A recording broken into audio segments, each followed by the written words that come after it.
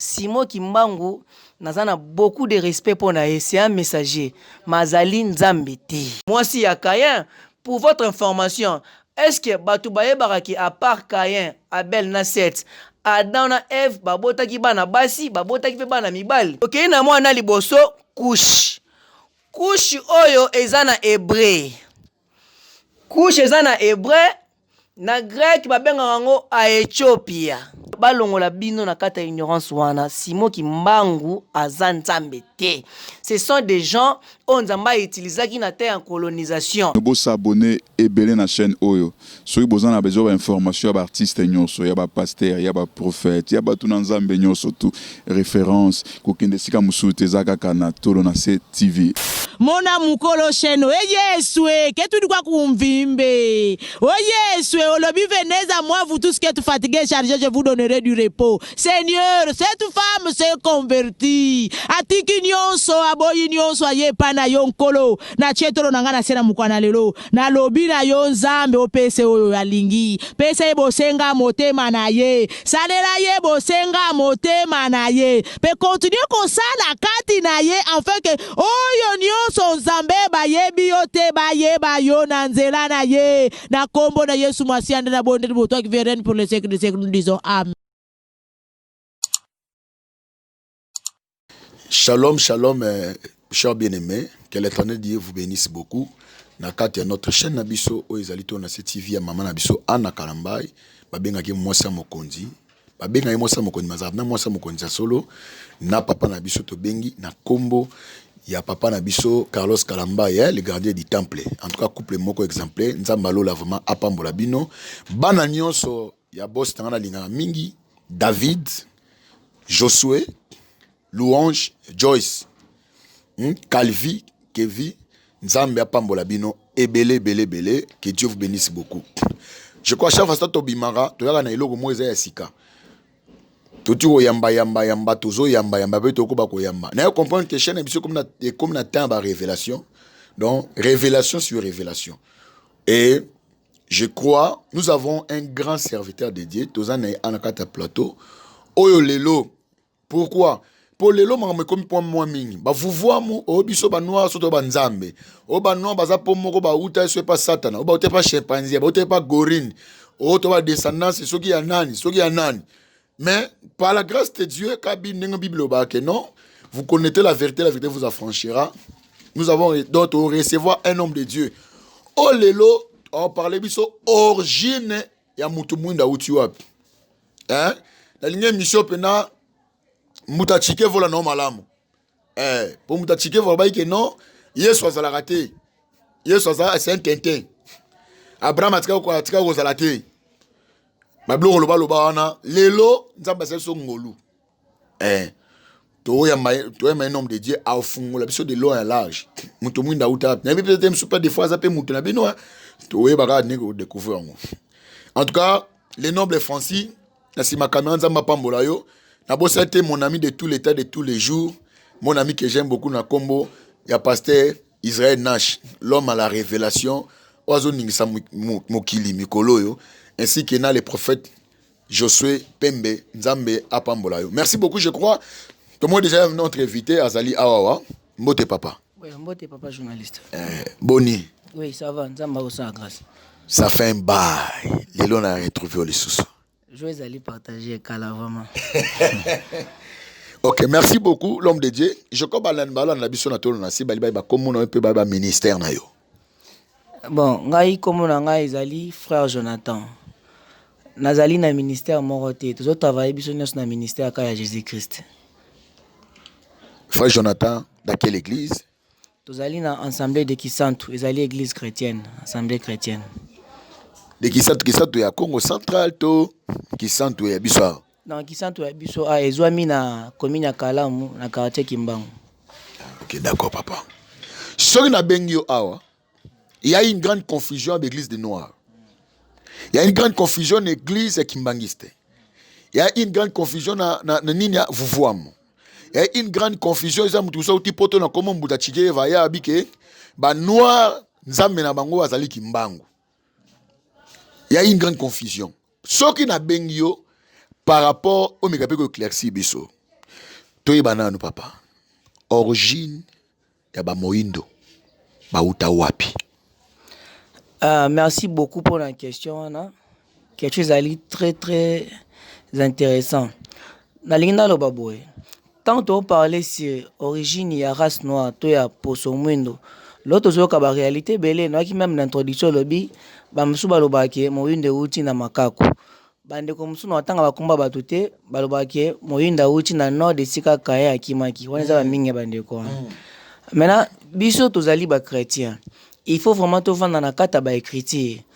Tout parler sur origine et race noire, tout c'est basé dans la Bible. Parce que la Bible est le seul livre qui peut faire lumière concernant même la race noire. Maintenant, on sait que on va vérifier dans le livre Actes 17, verset 11. Pour n'y a pas ce passage. Les chrétiens à Béré, ils ont comparé les chrétiens à Thessalonique. Les chrétiens à Béré, à chaque fois, ceux qui apportent Paul à côté, ils vont vérifier l'écriture pour voir si réellement ils ont été solo à l'okuta. Il y a un peu de parler sur l'origine de la race noire. Maintenant, on sait que là, tout le monde est dans l'écriture. Na kei directement, bato balobake moto moindo auti na makaku wana ezali histoire eza na Bible te. Mais na kei ko attaquer bato balobake moto unda auti na nord. Yango to mekana ko vérifier livre Genèse bande ko ba vérifier livre Genèse 4 verset 14. Bible lobi ke Kain tanga bominde ko na Abel balobi akimi na mboka ya nord. Ndaki na mboka nord wana akei ko bala.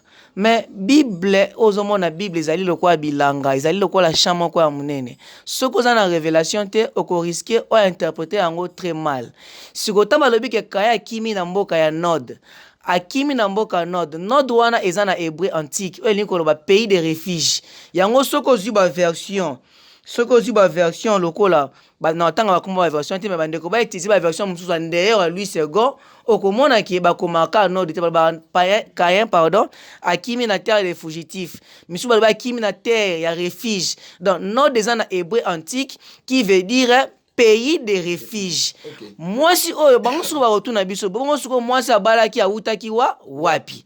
Yango soko tali Moïse a témoigné yango na livre Genèse 3 verset 20. Nzambe ne muta révélé Moïse. Ce qui botali na livre Genèse 3 verset 20, Bible lobi boye.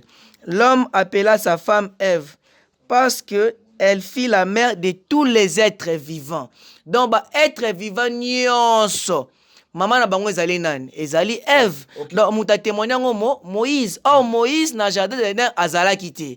Comment est-ce que Moïse soit ebaki Ève nde azali maman ya batu nyonso? Bible lobi on a Acte 7 verset 37. Moïse azalaki révélé par l'ange de l'Éternel na montagne na désert. Ange na banda ko expliquer. Siko lokoba lobi on a Genèse 3 verset 20 que Ève azali mama ya bato nyonso ya mokili. Donc y compris moi si ya nani, moi si ya Caïn. Pour votre information, est-ce que bato bayebaka ki à part Caïn, Abel na Seth, Adam na Ève babotaki bana basi, babotaki pe bana mibali. Wana to vérifier dans le livre Genèse 5 verset 4. Le temps que vécut Adam après la naissance de Seth fut 800 ans. Et il engendra des fils et des filles. Donc, en dehors, il y a Seth. En dehors, il y a Caïn na Abel, Adam na Ève, babotaki ba fils na ba fille. Donc, comme ça mentionné. Pour dire quoi? La femme de Caïn, au bazolo dans le livre Genèse 4, azalaki nende konaye.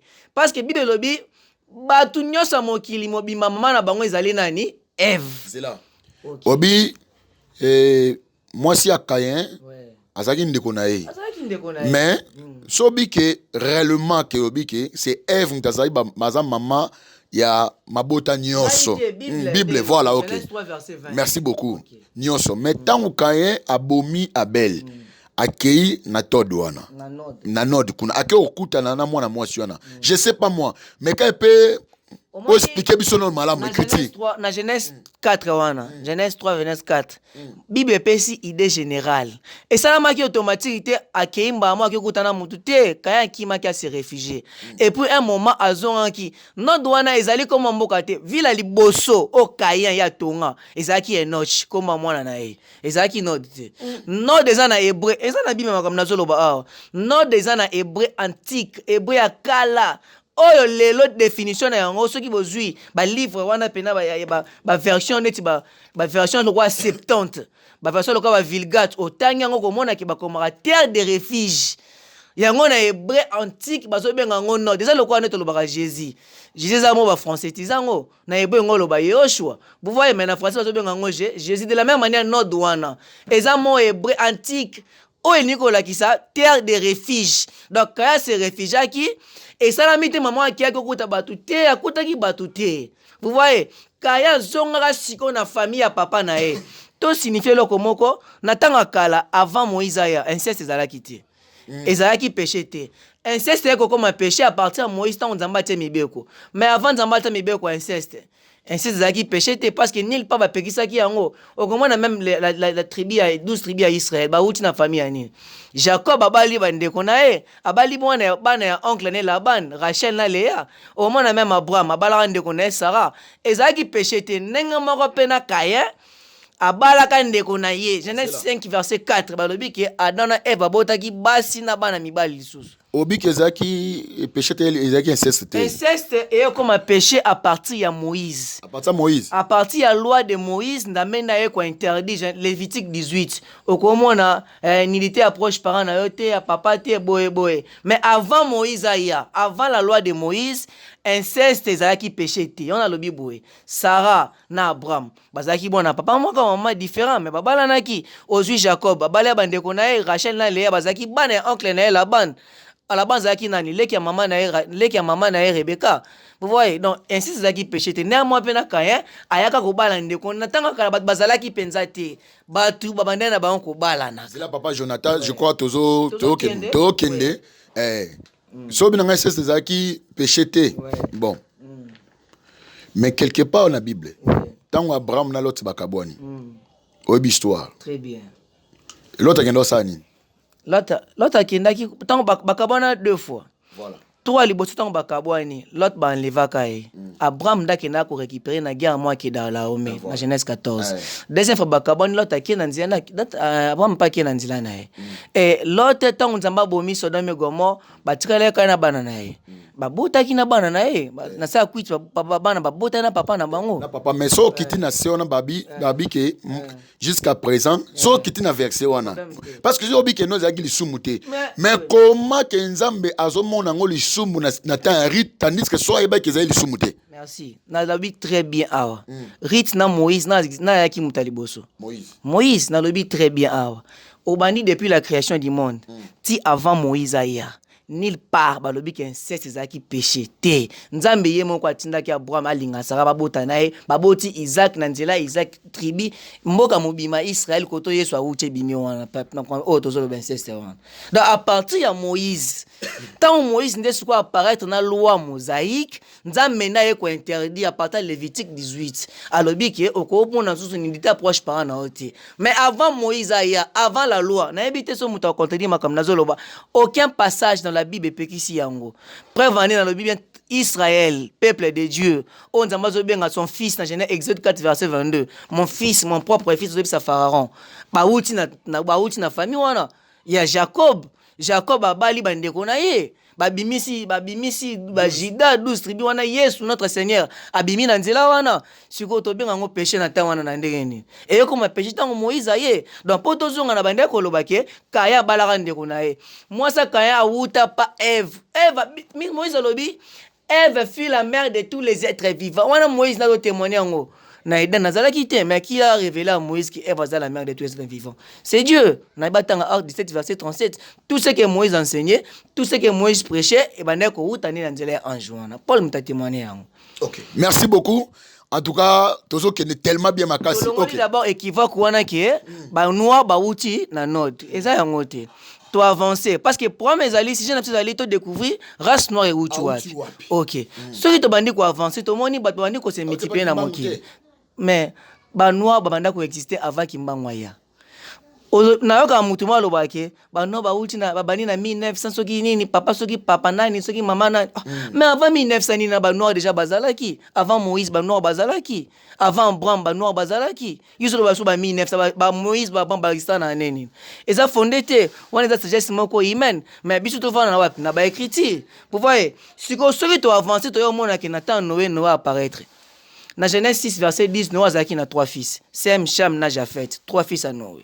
Nzamba a inspiré na Noé à ça la arche. Montonyon so o akoyoka Noé akozala épargner. O akoyoka te akokufa. Bat dutaki na Noé. Parole de Dieu za bongo. Yango dernièrement na présenté que émission mon atanga comme chaîne te. Parole de Dieu en a deux faces. Ba o baza koyoka yango bazo za la sauver. Ba o bazali ko résister, bazo za la détruire complètement. C'est ça la parole de Dieu. Dans le manzambe za bongo oui, mais Dieu c'est un dictateur. Nzamba tanga lobili kam biso ne tozaba biso faut exécuter. Yaza souverain. Sans révélation. Yaza souverain. Nzamba tanga zo révéler, moi na révélation te papa. Tes aba révélation so mon a des fois mutao lobake mambo lobi un non fondé la Bible mais c'est la révélation. So ils a fondé la Bible, tes révélation par rapport à ni parce que tu se référer toujours dans l'écriture. Est-ce que on peut expliquer que non les kambomoro boya mutu est-ce que nzambe peut s'inspirer après la mort? Nzamba s'inspire na mort ndeni. C'est-à-dire mutakufi pe nzamba amemi en anestase à l'action pe est-ce que ça peut? Mutakufi nzamba amemi en extase ko laksayo. C'est-à-dire olali mais nzamba azu esprit na yo. On est okufa te, on est olala. Ouais, Bible lobi boye na Job 33. Nzamba lobela biso na bandenge belé. Nzamba ko lobelo na songe, nzamba ko lobelo na ba vision na ba rêve. Nzamba za souverain, azana bandenge no sa ko inspirer. Au moins na même babala nzamba lobela bango nde na bapunda. Vous voyez donc Dieu est souverain. Ya sala ndenge ya lingi. Siko biso tozo dépend na nena yi. Vous voyez, siko so to na livre Genèse 7 verset 23. Okomona boye nzamba lobi boye Noé sala bato ba kokota ba ozala épargner.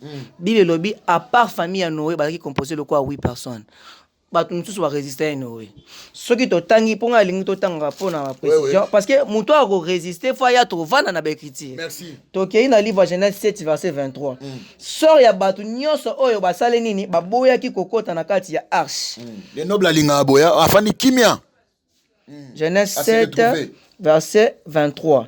Siko Noé akoti na arche na bana na ye misatu totangi bakomo na bango Sem, Cham, Japhet. On a vu Genèse 6 verset 10 bande ko ba vérifier.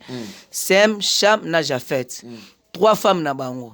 Noé na moisine ce qui fait 8 personnes. Yango moni même Pierre na livre 1 Pierre 3 verset 18 à 21 azo confirmer que 8 personnes ndeka bakotaka na délige. Yango mona même ba chiffre pas nzambe za ba signification na yango. Ba chiffre ko mona ba chiffre 1 2 3 4 ça ba signification. Oko mona même ouais na ba émission msoko mona ta ba chiffre 8 elingi oloba plénitude, multitude. Siko ba o ba boye kokota na bato ya Noé na arche. Tala sort. Tozo kende siko to ba pono e utua. Na Genèse 7 verset 23 ba lobi boye. Ainsi disparut tous les êtres qui étaient sur la surface du sol, depuis l'homme jusqu'aux bêtes, des bestioles aux oiseaux du ciel. Ils furent effacés de la terre.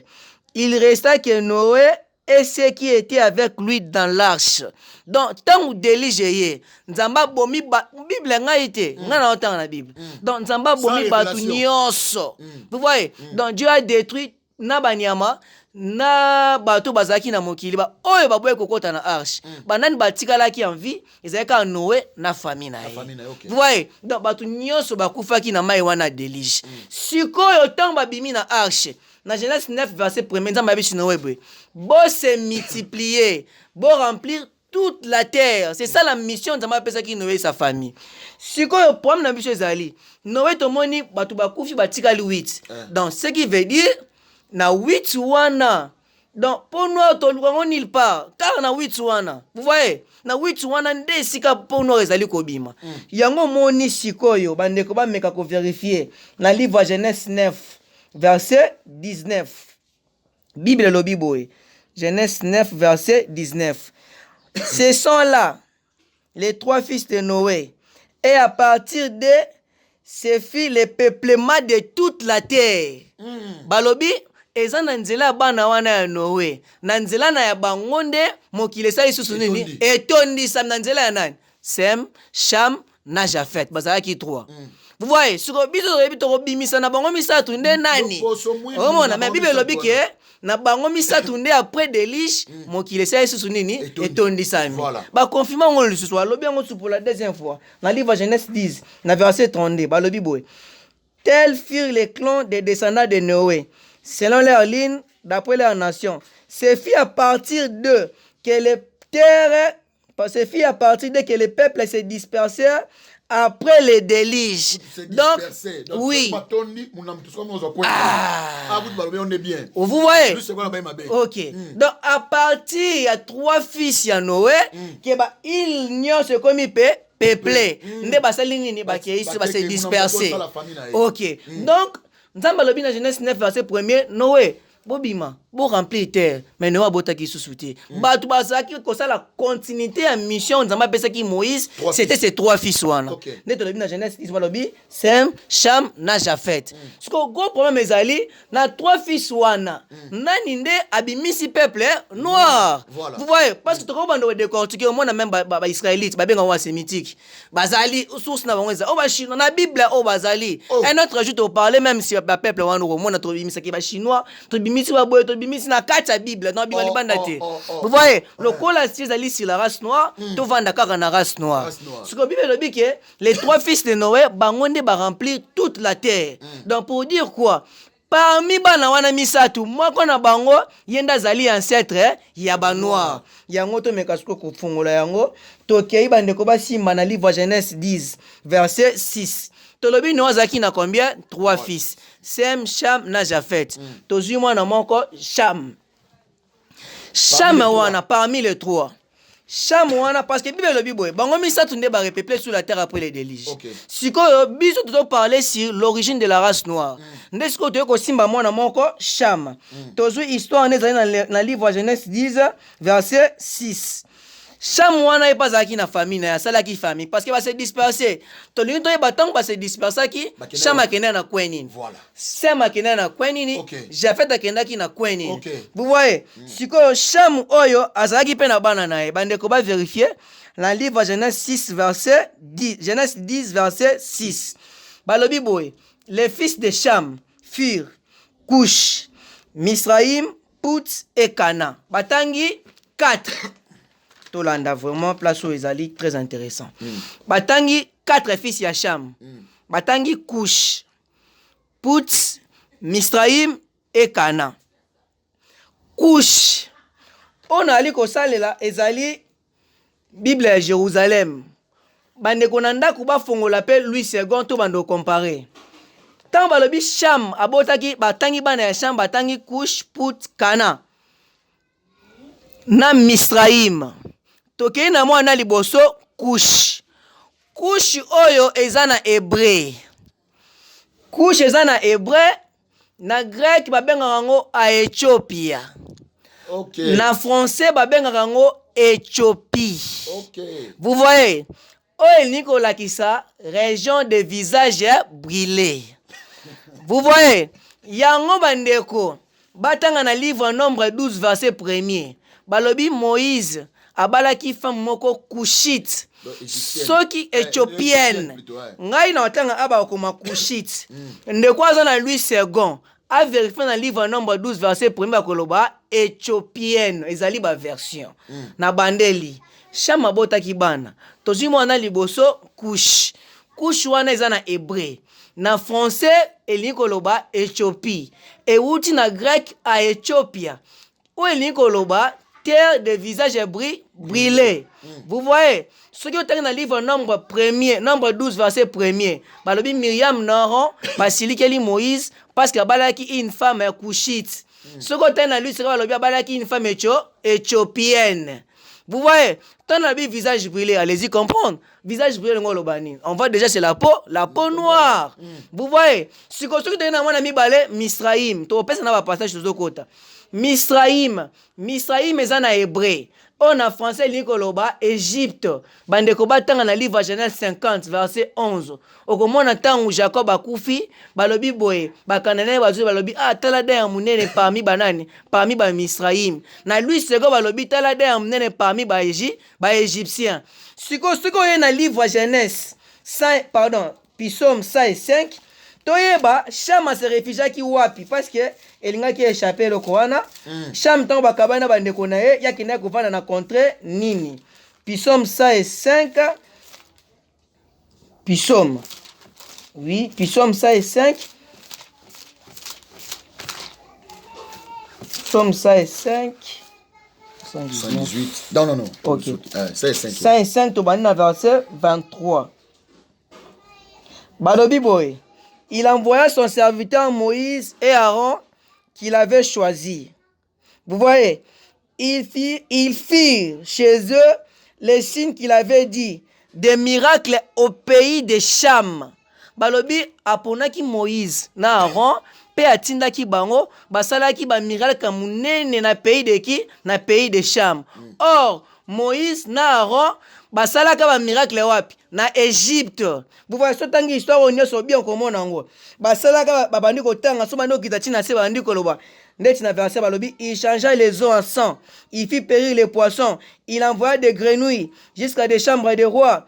Il envoyait des insectes passer les moustiques. Babandi kotanga ba miracle oyo Moïse na Aaron basalaka wapi? Na Égypte. Mais na verset 26 balobi ke basalaki ba miracle wana pays de qui? Pays de Cham. Vous voyez, pays de Cham.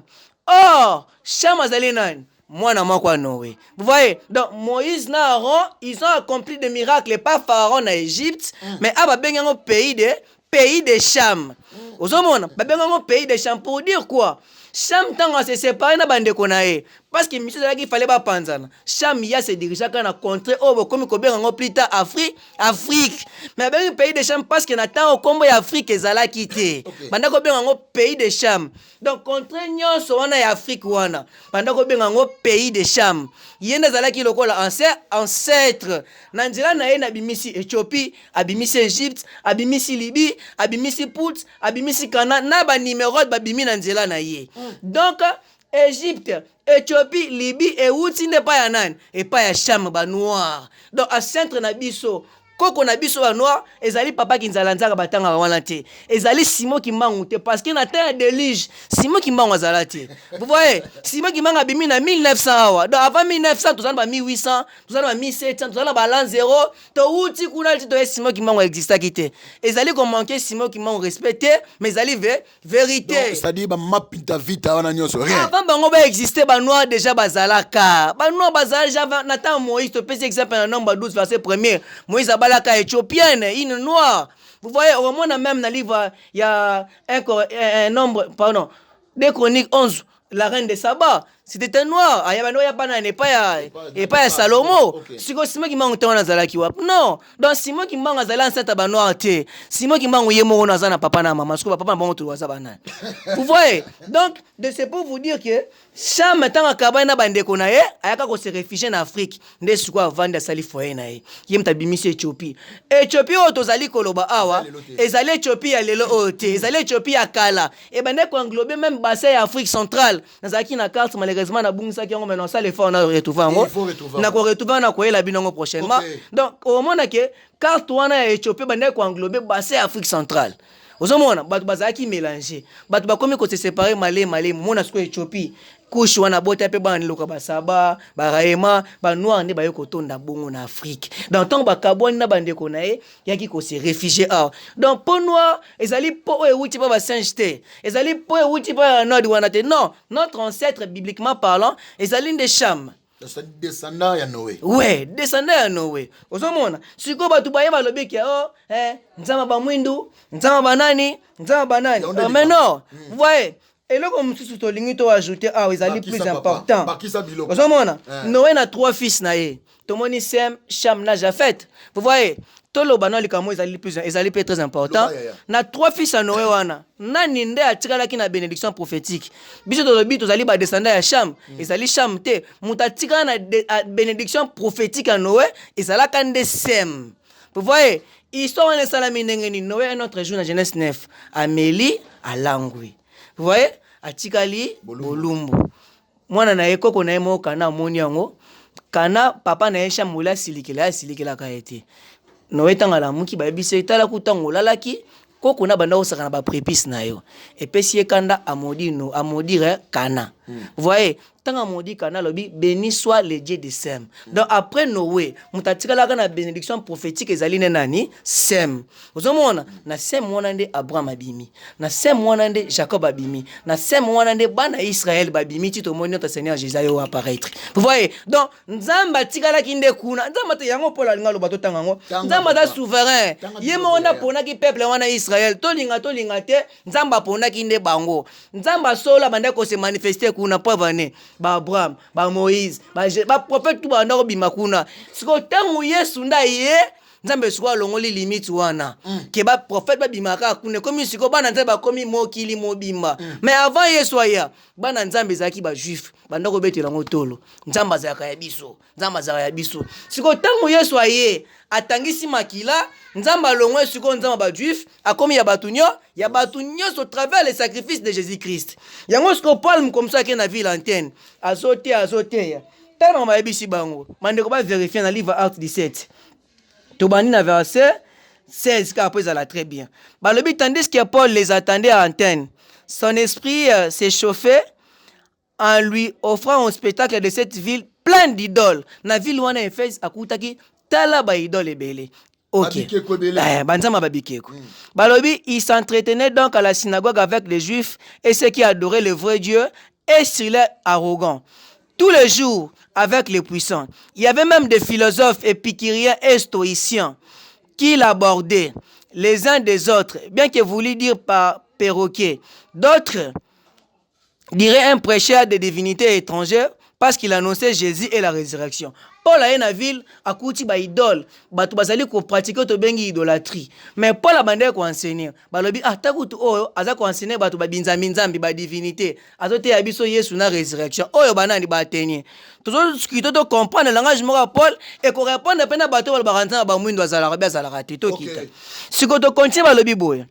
Ils prirent alors avec eux et menèrent devant l'aéropage en disant: pourrions-nous savoir quelle est cette nouvelle doctrine que tu nous enseignes? Batuni Paul. Yango doctrine na sika ozali côté abiso. Car ce sont des étranges propos que tu nous fais entendre. Nous voudrions donc savoir ce que cela veut dire. Les Athéniens en effet et les étrangers qui étaient parmi eux n'avaient pas d'autre passe-temps que de dire ou d'écouter les bonnes nouvelles. Debout au milieu de l'aéropage, Paul dit alors, Yoka sur réponse à Paul, Athéniens et tous égards, vous êtes, je vous le vois, le plus religieux des hommes. Na moni bino bozali batoyo bakangama pena na makambu ya nzambe mais baza bapaye mais bakangama na makambu ya nzambe na bango binzambe na ba divinité wana yoka suka lo babwe parcourant votre ville et considérant vos monuments sacrés. J'ai trouvé un hôtel avec l'inscription au Dieu inconnu. Nako parcourir ville wana na antenne ayo mona temple mo ba komi na temple wana liboso a un Dieu inconnu. Yoka siko pala bandi ko continue lobi. Eh bien, ce que vous adorez sans les connaître, je viens moi vous l'annoncer. Yoka réponse à Paul. Le Dieu qui a fait le monde et tout ce qui s'y trouve, lui, le Seigneur du ciel et de la terre, n'habite pas dans des temples faits par les mains des hommes. Alors, Nzamba asala mokili mobimba. Na nyonso na kata mokili avant d'arrêter na temple o etongami na maboko ya batu. To continuer. Il n'est pas loin, il n'est pas non plus servi par les mains des humains, comme s'il avait besoin qu'on nous fasse quelque chose. Lui qui donne à tous la vie, le souffle et toutes choses. Si d'un principe unique, yoka, principe unique, si d'un principe unique, il a fait que tous les genres humains, pour qu'ils n'habitent sur la face de la terre, s'il a fixé des temps déterminés, les limites et les habitants et tous les hommes.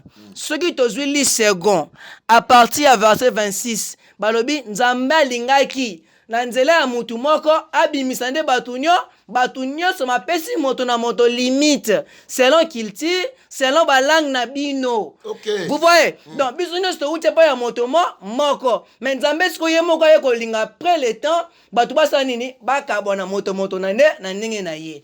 Mais ye moko le véritable Dieu abande ko se manifester kaka na Israël. Andewa ya Israël batunyo so batika bandako benga bango les nations les païens. Vous voyez, y compris même nous les Congolais, on a ancêtres, on a bananes, on était tous considérés comme les païens.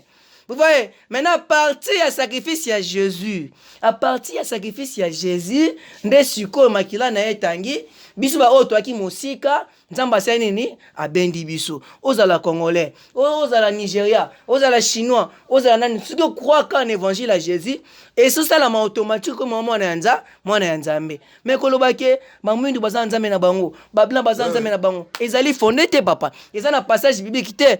Biso ne sonne to botama, nde kuna ba minde ba botama. Nde to kufa, nde bonso ba kufa. La différence c'est dans la couleur des peaux. Ozomona, ce que pas nzambe atala ba race physique boyete, Dieu na race nae, la race des élus. Et ça dépend na physique boyete. Nzamba biti Samuel, binene botala misu, moi je vois les cœurs. Vous voyez, Dieu regarde les cœurs. Bana nzambe za suna peau physique boyete. C'est l'esprit. Bible lobi to benga bana nzambe na livre 1 Jean 1, et ce n'est pas à cause du sang et de la chair, mais à cause de l'esprit. Vous voyez, dans toi libre nzambe, non pas à cause de la chair, ton ba couleur à ba peau, mais c'est par rapport à l'esprit qu'il a mis à nous et à nous à ba père. Vous voyez, donc nzamba mwindu azala raté, nzamba minele azala raté. Ba noa pe ba uti pa ya papa wana batanga raté sona 1800 avant 1800 ba noa de bazalaki. Ba noa pe ba uti pe pa ya Simon Kimbangu te, avant Simon Kimbangu noa aya ba noa bazalaki. Donc bibliquement parlant, ezali nde Cham na bana na ye ba ngwende ba sali nini ba peupler toute l'Afrique. Yamba lobi kuna Moïse na Aaron basalaki ba miracle mené na pays de Cham. Donc Cham ayaki ko se diriger na contre tozo benga lelo Afrique. Mais na tawana ezala na komba Afrique te. Vous voyez bana benga ngo pays de Cham Afrique mobimba. Afrique bazali maudite. Où tu as traverser, c'est par la volonté du Seigneur. Vous voyez, vous savez que un jour, Dieu va susciter un prophète ici en Afrique. Vous voyez, ils ont un livre, il y a Isaïe 19, un sauveur. Vous voyez, mais ils ont la Bible, vous voyez, donc il est le prophète de Mazala Nante. Na lingi pena ko expliquer ngo tuna ngato sela ngo sujet na ngo moko to pesi ba preuve à part Isaïe 19.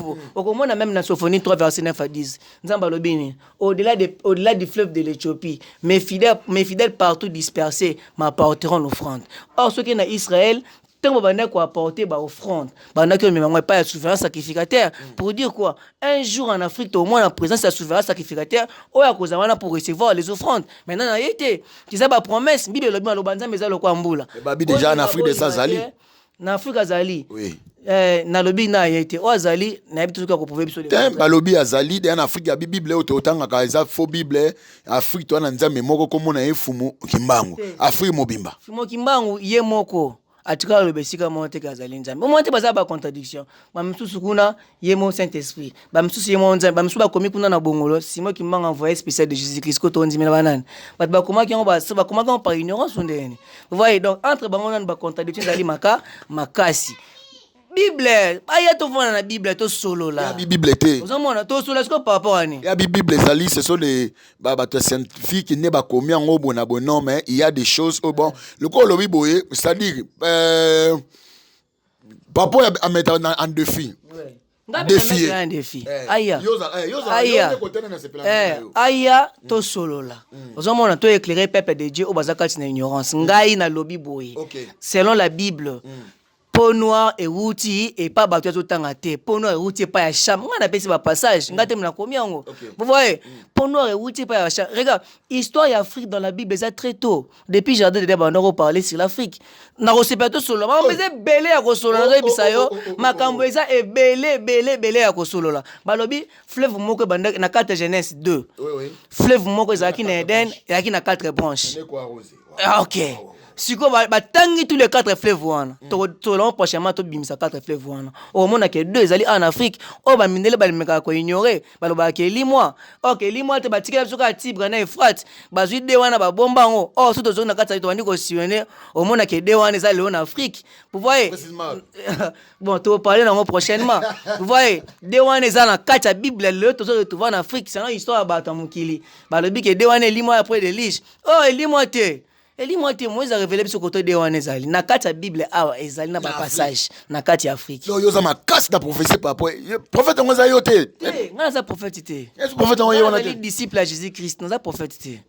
naza prophète te naza frère disciple à Jésus-Christ toi na maître moko notre maître c'est Jésus na ko yebisa nga ke mutu mazo berger existe te aya to solola ba benga Tintin tu le vois Tintin Milou c'est un même Abraham Matika ozate izaka histoire pamba bengi Yesu Tintin et comme ça te parce que même Jésus-Christ tant yemo zaki vivant ba qualifier ndenge nyos ba benga ba fils ba Belzéboul ba benga Enes ba ko benga mais pour nous Jésus ali le chemin la vérité et la vie vous voyez c'est notre vie to défendre matin midi soir c'est notre chemin vous voyez yana zali porteur ya sali sur la terre batu baboya eza bongo ozomo yango moni nzamba ko mona na te po ba ndo sakana na nzamba mona na te vous voyez nzamba ko mona na te si yango moni Jésus tellement qu'il avait à Paris yango ba musu bazana raison oboya na bango vous voyez donc c'est ça so moni mutazo ni ezali même ba te bazali même na Psaume je crois 77 ko échapper ba ndeko ba ko faire ko zala yango te Psaume 77 David azoloba nzambe ngana osambelo na mona passe batukutu bania ke existence na yo bazo prospérer bazo ki malamu mais yo ozo pesa bango mais ngamo ano na ozwa te David na selo ba te na comprendre mais ça nango va vanité vous voyez au mona mutana ko eboya ne existence nzambe za batalelo te bazana na bango azane mutasika te batu loko ayepe bazalaka même na tamba David Bible lobi nini il y a rien de nouveau sous le soleil oye salamaka yango esani et ata boyine ça sala te to mona ngo normal parce que batu pe loko la ye bazalaka na bango mona mais pour nous toi ali 4 dans la foi 4 dans la connaissance nous en a beaucoup de respect vers notre Seigneur parce qu'il a li chemin na biso c'est un peu ça. Merci beaucoup, je crois que tu es un homme de Dieu et les frères Jonathan je crois moi tobaki to sole belé tobaki neto alama mo belé to sola donc makamu toza na ye moi na tike zate asinga to papa zana kimia mo belé toza ko to sola na ye na ebité batu oyo bakroyaka na Yesu te